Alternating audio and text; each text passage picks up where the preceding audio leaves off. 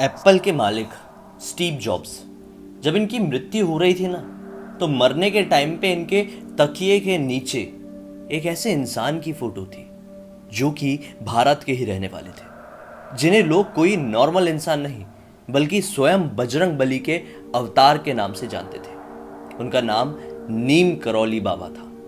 केवल Steve jobs ही नहीं बल्कि फेसबुक कंपनी के मालिक मार्क जुकरबर्ग, यहां तक कि बड़े बड़े हॉलीवुड सितारे, बड़े बड़े बॉलीवुड के सितारे इनके भक्त हुआ करते हैं, मुरीद हुआ करते हैं।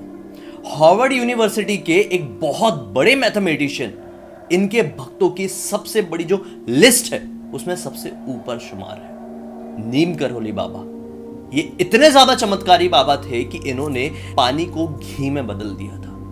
एक रात एक साथ 1000 गोली खाए थे, उसके बाद भी वो 1000 गोलियां इनका कुछ भी नहीं बिगाड़ सकी थी, बाल भी बांका नहीं कर सकी थी। नीम करौली बाबा वो बाबा थे जिन्हें एक बार जब ट्रेन से उतार दिया गया था ना, तो जो ट्रेन थी वो बीच घने जंगल से आगे भी नहीं बढ़ पा रही थी। दोस्तों, आज मैं आप लोगों के सामने उन्हीं की जीवनी की एक ऐसी सच्ची कहानी लेकर आ गया हूं जिसे सुनने के बाद आप लोग बहुत ज्यादा हैरान हो जाएंगे। ये इतने ज्यादा चमत्कारी पुरुष थे कि आज भी देश विदेश के बड़े बड़े लोग, पढ़े लिखे लोग, जो लोग विज्ञान से बहुत हद तक जुड़े हुए हैं, वो भी इनके मुरीद हुआ करते हैं। नीम करौली बाबा, जो बचपन में जो पैदाइशी इनका नाम था, इनका नाम था लक्ष्मी नारायण जी। इनका जन्म सन 1900 के आसपास उत्तर प्रदेश के अकबरपुर नाम के गांव में हुआ था। केवल 11 वर्ष की उम्र में ही इनका विवाह हो गया था, लेकिन विवाह के कुछ ही दिनों बाद इनका जो मन है वो सांसारिक सुखों से उठ सा चला गया था। एक तरीके से देखा जाए तो वो इस जीवन को बहुत अच्छे से समझ चुके थे। उन्होंने अपना घर छोड़ दिया और घर छोड़कर कहीं बहुत दूर चले गए। इनके घर छोड़कर जाने के कुछ सालों बाद एक बुजुर्ग आदमी रहे होंगे, उनको ये कहीं दिखाई दिए और वो इनके जानकार थे। इन्होंने लक्ष्मी नारायण जी के पिताजी को बताया कि आपका जो बेटा है वो इन हालातों में यहाँ पर रह रहा है, उन्हें घर पर बुला लो। पिताजी को जब पता चला तो वो अपने पुत्र मोह से बच नहीं पाए और उन्होंने जल्दी से जल्दी अपने बेटे को अपने घर पर बुला लिया। वो लेकिन घर में वापस आने के बावजूद भी अपना मन नहीं लगा पा रहे थे इस दुनिया में। उसके बाद वो फिर से अपने घर को सबको बताकर छोड़े और इस बार उन्होंने एक ऐसा रास्ता अपनाया जिससे वो कभी लौट कर वापस नहीं आए। एक तरीके से देखा जाए तो उन्होंने इन सारे मोह को अब एक साथ ठुकरा दिया था। इन्होंने अपने जीवन में काफी सारे मंदिरों का निर्माण कराया, कैंची धाम का निर्माण कराया जो कि नैनीताल में है, और ये इतनी ज्यादा चमत्कारी जगह, इतना ज्यादा चमत्कारी मंदिर है, बजरंगबली का मंदिर है। आप देखेंगे तो क्या ही बोलेंगे, कभी इसकी ख्याति के बारे में जानेंगे तो क्या ही बोलेंगे। जब स्टीव जॉब्स बेरोजगार थे, इनके पास कुछ नहीं था, इनको समझ में नहीं आ रहा था कि जीवन में करना क्या है, वो भारत आए, नीम करौली बाबा के कैंची धाम मंदिर में आए। सच बता रहा हूं, जब वो यहां पर आए तो वो थोड़े लेट हो चुके थे, क्योंकि उस समय बाबा अपनी समाधि ले चुके थे केवल 1 साल पहले। लेकिन केवल वो धाम में आने के बाद, वो धाम के दर्शन के बाद जब स्टीव जॉब्स वापस अमेरिका लौटे तो मानो कि बड़े बड़े जो आइडियाज है उनके दिमाग में आने लगे। और फिर उसके बाद देखा जाए तो एप्पल कंपनी का निर्माण उन्होंने कर दिया।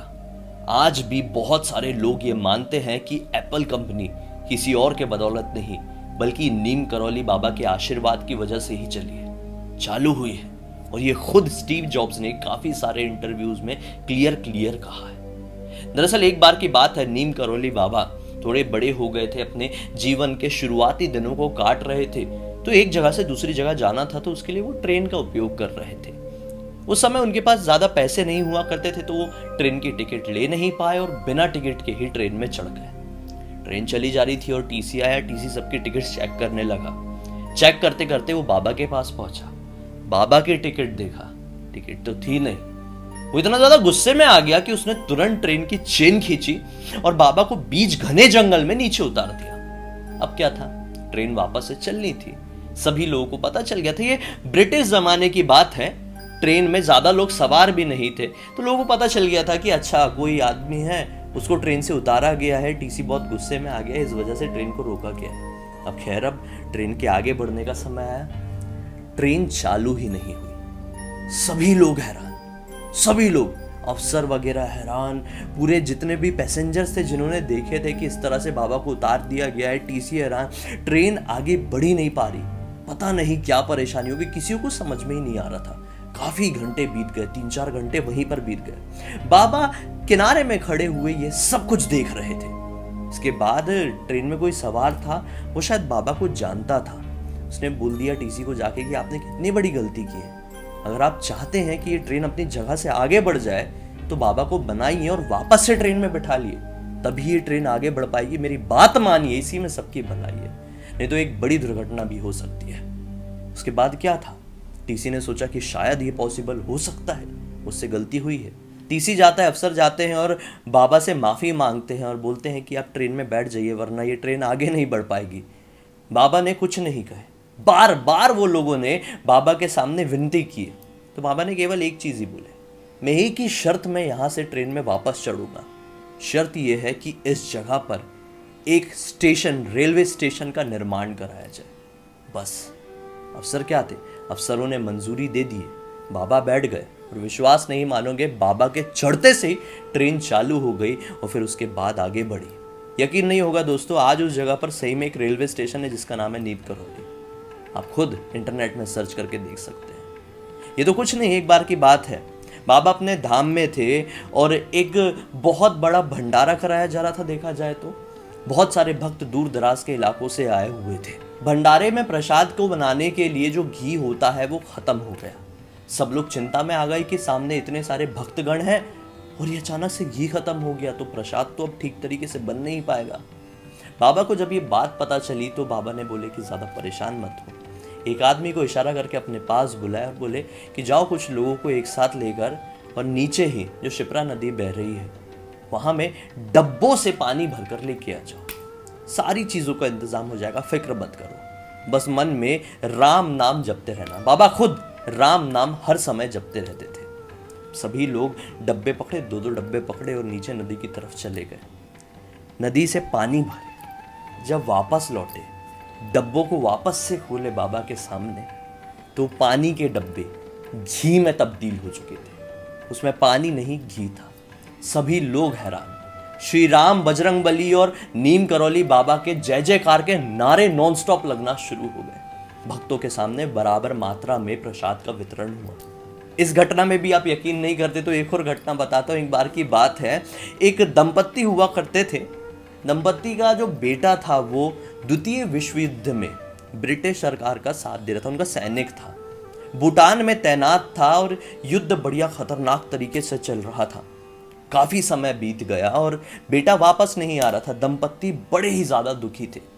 एक दिन बाबा उनके घर पर आ गए। सभी लोग टेंशन में, कह रहे अचानक से बाबा कैसे हमारे घर पर आ गए।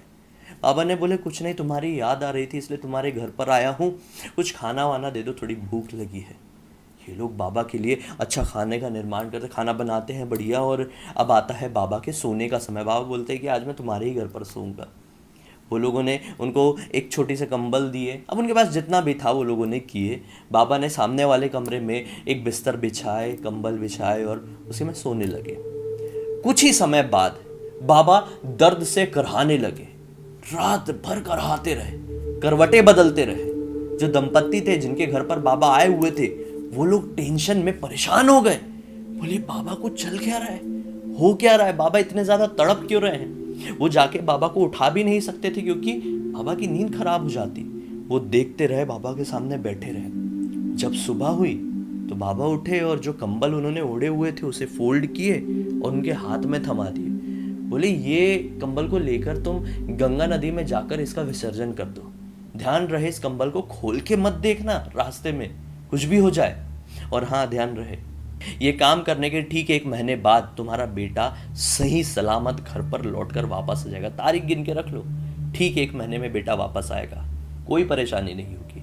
बस बाबा ऐसा कहकर वहां से निकल जाते हैं। वो लोग भी उस कंबल को उठाते हैं और गंगा नदी की तरफ बढ़ जाते हैं। जब वो रास्ते में नदी की तरफ जा रहे थे तो वो कंबल का भार लगातार बढ़ते जा रहा था और तट पर पहुंचते पहुंचते वो बहुत ही ज़्यादा भारी हो गया था। इतना भारी कि मानो उसमें बहुत सारी कोई लोहे की वस्तुएं रखी हुई है। लेकिन बाबा की माने तो उन्होंने खोलकर नहीं देखा और फिर उसको कंबल को विसर्जन कर दिया। बस उस दिन के बाद से उन लोगों की फिक्र थोड़ी कम हुई, क्योंकि बाबा ने उन्हें आश्वासन दिया था कि बेटा ठीक 1 महीने बाद लौटकर जरूर आएगा ये करने पर। विश्वास नहीं मानोगे, ठीक 1 महीने बाद, उस तारीख से ठीक 30 दिन बाद बेटा घर पर वापस लौट कर आया। केवल लौट कर नहीं आया, बल्कि बेटे ने एक ऐसी बात बताई जिसे सुनकर इनके पैरों तले जमीन निकल गई। बेटे ने बताया कि इस तारीख की बात है, रात का वक्त था, अचानक से हमारी टुकड़ी के ऊपर दुश्मनों ने हमला कर दिया और लगातार गोलियों की बारिश की। लगातार मेरे जितने भी साथी थे सभी लोगों की गोली लगकर मृत्यु हो गई। मैं भी उनके साथ था, लेकिन पता नहीं क्या ऐसा चमत्कार हुआ कि एक भी गोली मुझे छू भी नहीं पाई। गोलियां बाजू से, ऊपर से, नीचे से, कहीं से भी निकल जाती थी, लेकिन मुझे गोलियां लग नहीं रही थी। मैं तो सारी उम्मीदें त्याग चुका था। मुझे यकीन था कि आज मेरी मृत्यु हो जाएगी, लेकिन मुझे कुछ भी नहीं हुआ।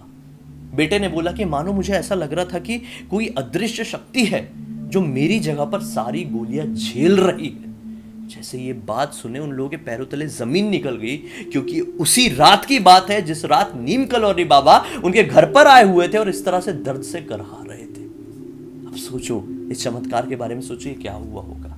अरे आप इससे भी कुछ नहीं मानते तो एक और बार की घटना बताता हूं मैं आप लोगों को। अरे अगर ये कुछ नहीं तो एक बार की बात बताता हूं। फेसबुक कंपनी नीलाम होने वाली थी।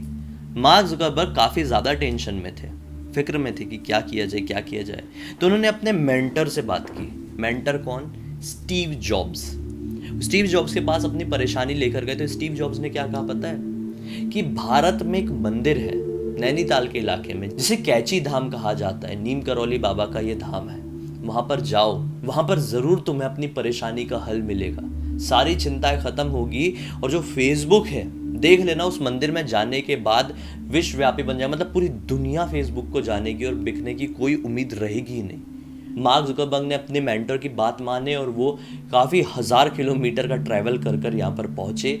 बाबा के धाम गए, वहाँ पर लोगों को देखे। बाबा तो अभी तक समाधि ले चुके थे जैसा मैंने आप लोगों को बताया, लेकिन वहाँ से लौटने के बाद सिचुएशंस ऐसी क्रिएट हुई कि मानो फेसबुक कंपनी दिन दुगनी रात चौगनी तरक्की करने लगी और बिकने वाली कोई उम्मीद ही नहीं आई। और आज फेसबुक कहाँ स्टैंड करती है आप सभी लोगों को पता है। और ये बात खुद मार्क जुकरबर्ग ने एक इंटरव्यू में मोदी जी से कहे हैं। जी हाँ, नरेंद्र मोदी एक बार फेसबुक के हेडक्वार्टर गए हुए थे और उस इंटरव्यू के दौरान, उस वार्तालाप के दौरान क्लियर मार्क जुकरबर्ग ने मोदी जी को ये बात बताई थी। इसके बारे में भी इंटरनेट में आप सभी लोगों को पूरी जानकारी मिल जाएगी। नीम करोली बाबा ने अपने जीवन में बहुत सारे मंदिरों का निर्माण कराया, लेकिन जो धाम की बात करें तो केवल एक धाम नैनीताल में और एक धाम उन्होंने वृंदावन में बनवाया था। जब उनके देह त्याग करने का समय आया तो वो वृंदावन चले गए और वहीं पर उन्होंने अपना देह त्याग किया। वो हर समय राम का नाम लिया करते थे। उनके देह त्याग करने के बाद इनकी ख्याति पूरे विश्व में फैली।